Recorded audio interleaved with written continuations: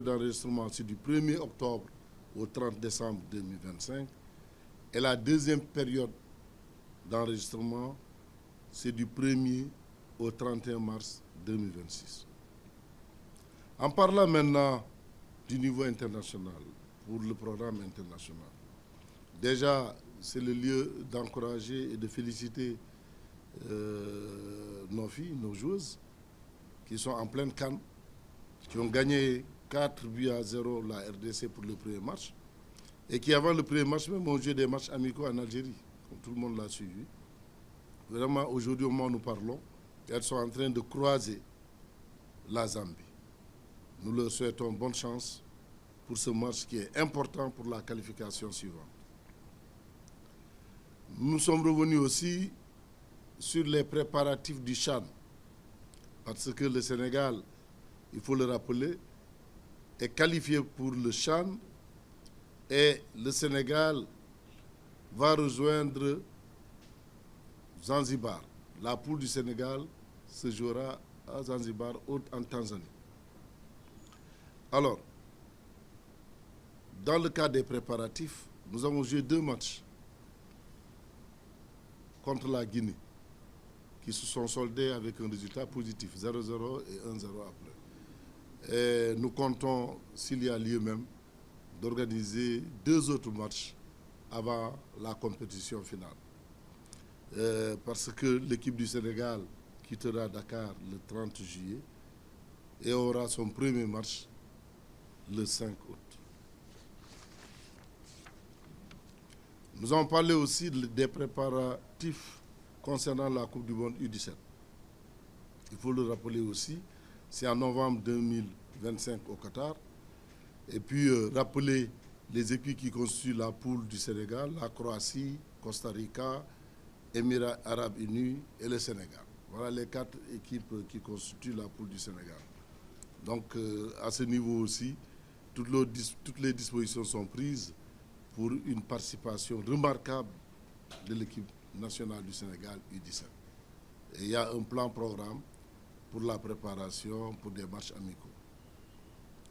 Nous avons, après avoir longtemps discuté sur le championnat national et les projets au niveau international, nous sommes revenus, nous avons abordé la question de la préparation de l'Assemblée générale élective.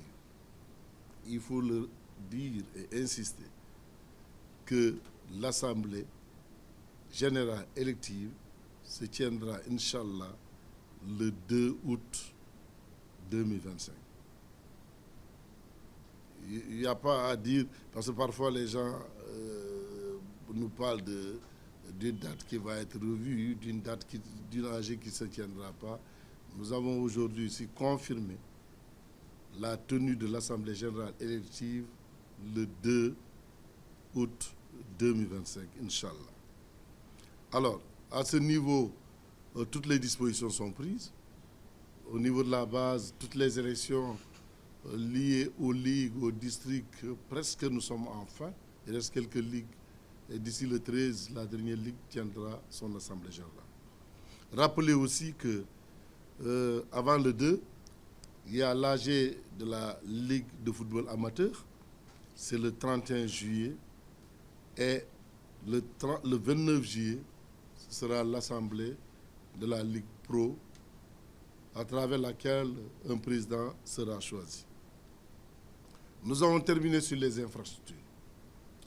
Vous savez, les infrastructures occupent une place importante dans nos réunions parce que non seulement il y a les ligues qui sont en train d'être construites à travers le Sénégal, mais nous avons aussi le stade Demba Diop. Et là aussi, il faut rassurer les uns les autres que les travaux avancent normalement comme planifié dans le temps. Aujourd'hui, les ligues qui sont en construction à l'instar de Ziguinchor, de Sédhiou et de Louga sont à plus de 50%.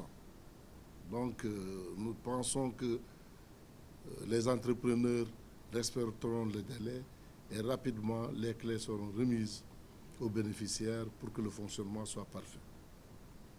De la même manière, le bloc médical qui doit connaître des travaux d'extension, c'est le lieu de féliciter l'administration fédérale, de remercier et de féliciter aussi tous ceux qui ont soutenu le projet, car la FIFA a accepté de financer ce projet pour un coût de presque 43 millions pour que nous puissions faire une extension du bloc médical que nous avons prévu dans notre centre en Guéréo.